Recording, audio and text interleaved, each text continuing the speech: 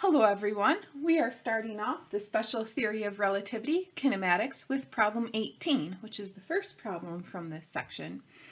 As we pass a sign reading speed limit 55 miles per hour, your speedometer reads 65 miles per hour. How fast are you moving relative to the ground? Relative to the ground, you are traveling at 65 miles per hour, which is the speed given by your speedometer. How fast are you moving relative to someone in the passenger seat? Relative to someone in the passenger seat, your speed is 0. How fast are you moving relative to the law-abiding citizens you are passing? Well, if the law-abiding citizens are traveling at 55 miles per hour, you are traveling 10 miles per hour faster than the law-abiding citizens. So relative to them, your speed is 65, which is your speed relative to the ground, minus 55, which is their speed relative to the ground. So the distance between your car and the car of a law-abiding citizen is increasing at a rate of 10 miles per hour. How fast are you moving relative to a Porsche with a speedometer reading 75 miles per hour? So if your speed is 65 miles per hour relative to the ground and their speed is 75 miles per hour relative to the ground, then relative to you, the Porsche is traveling at 10 miles per hour. And this is assuming that everyone is going in the same direction. So here's you going at 65. Here's the Porsche going at 75. Here's the law-abiding citizens going at 55. There could be another law-abiding citizen over here also going at 55. It doesn't matter the position of the different vehicles.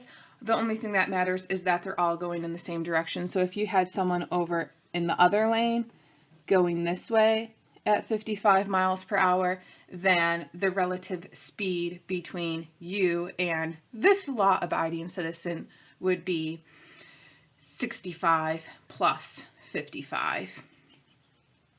So they would be coming at you faster or going away from you faster after they had passed than this car is coming at you, or faster than this car is going away from you.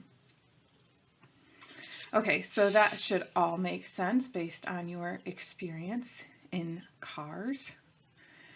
A police officer is in pursuit of the Porsche. The officer's speedometer reads 85 miles per hour. Okay, so now we have the officer going at 85 miles per hour. How fast are you moving relative to the police car?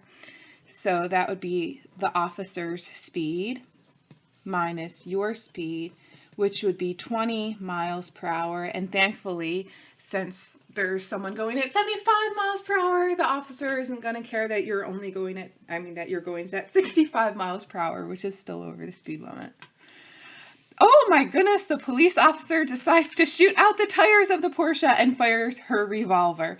The bullets have a muzzle velocity of 400 miles per hour.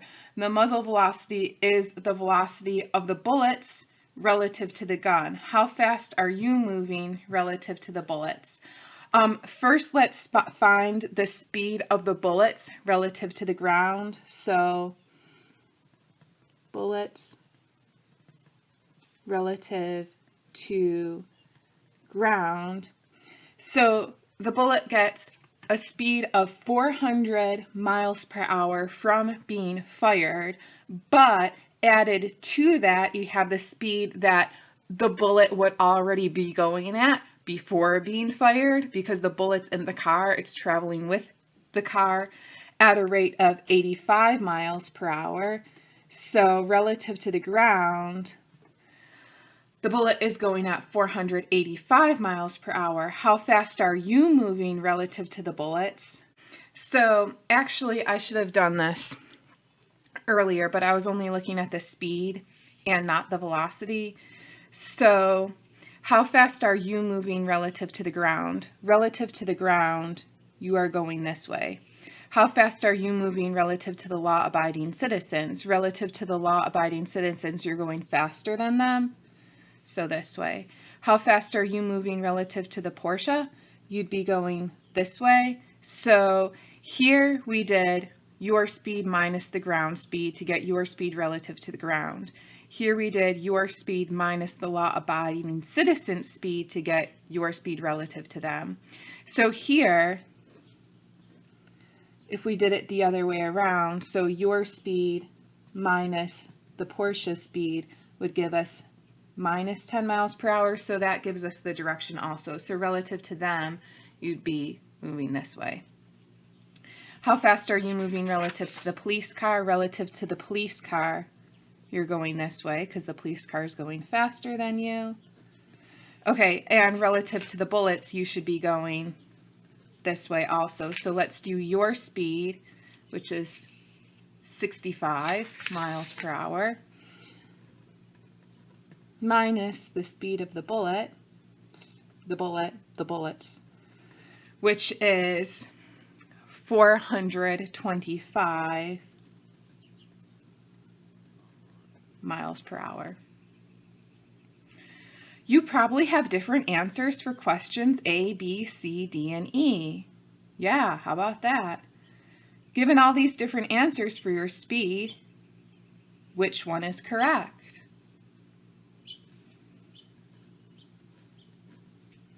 Since I answer the questions, they should all be correct. If someone simply asked you, how fast are you moving, which would be the correct answer? So I would say here, it depends on who's asking. Okay, so there's not necessarily one correct answer. All of the answers are correct.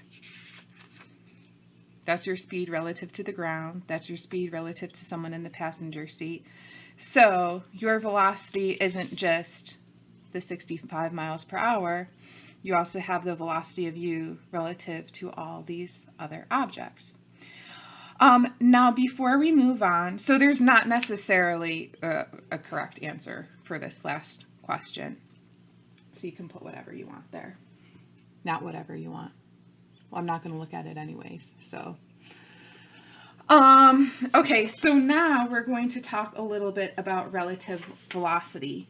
So, we only had, when we looked at the directions here, we only had two possibilities. It was either to the left or to the right, depending on who's going faster and what relative velocity you're looking for. So something important in this course is that if you have two objects, so let's call this object 1, and we'll call this object 2, the relative velocity, no, let's say this, the relative speed is the same for both objects. So if here we asked what the speed of the ground relative to you was, it would be 65 miles per hour. So if you flip any one of these questions around and ask, like for F, what is the speed of the bullet relative to you, it would still be 425 miles per hour. It's just that if you're looking at the bullet speed relative to you, the direction changes. So relative speed is the same, and the velocity of 1 relative to 2 is in the opposite direction. So the velocity of 2 relative to 1. When you consider relative velocity, you can think of polar coordinates. So if you are object 1, there's only two choices when you're looking at the relative speed of object 2. It could be going away from you, or it could be coming towards you.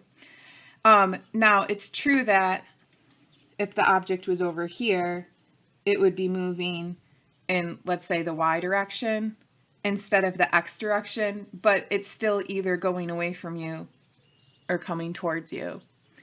Now, object 2 could actually have a component of the velocity in this direction. Oh, no, I don't exactly want to do it like that. Okay, so if we use polar coordinates and we look at object 2, it could have a component in the x direction and a component in the y direction. But let's say this is the radial direction, okay? So it could have a component in the radial direction and a component in the tangential direction. However, if object 2 is staying the same distance away from you and just moving in a circle, so let's do that here. So if object 2 is here and going in a circle around you like this, then the relative speed is going to be 0 because the distance between you and object 2 is not changing. So the relative speed is changing you, the rate is telling you the rate at which the distance between the two objects changes, and that is the same for everyone. The relative speed between these two objects is the same for everyone. The distance would change depending on what object you're looking at relative to the other object. So that concludes problem 18.